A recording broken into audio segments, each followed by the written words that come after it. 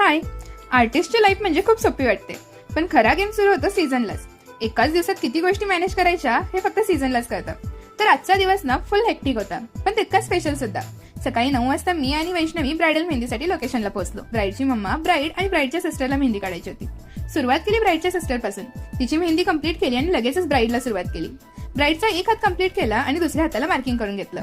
मी hands करत होते आणि वैष्णवीने लेग्स कव्हर केले. आणि बघता बघता ब्राईडची मेहंदी कंप्लीट झाली सुद्धा. मग पटकन घरी आलो तर इकडे वेगळाच सीन चालू होता.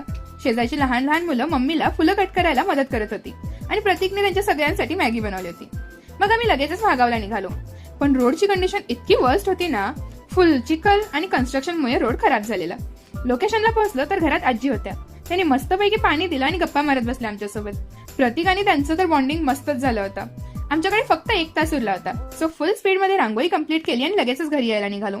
गडिंग्लजमध्ये मिरवणुकीमुळे इतकी गर्दी झाली होती, ट्रॅफिक जाम झालं होतं. त्या गर्दीतून कशी वाट काढत आम्ही लोकेशनला पोहोचलो. लोकेशनला पोहोचताच पहिला ब्राईडच्या सिस्टरचा बॅकहँड कंप्लीट करून घेतला आणि तोपर्यंत बेगुद्री मॅडम आल्या. त्यांना सहसा मेहंदी काढायला नाही आवडत, पण ब्राईडच्या रिक्वेस्टमुळे त्या एक छोटीशी डिझाईन माझ्या हातावर काढ बोलल्या. त्यांच्या हातावर डिझाईन काढली तर त्यांना ती इतकी आवडली की त्यांनी दुसऱ्या हातावरही सेम डिझाईन काढून घेतली.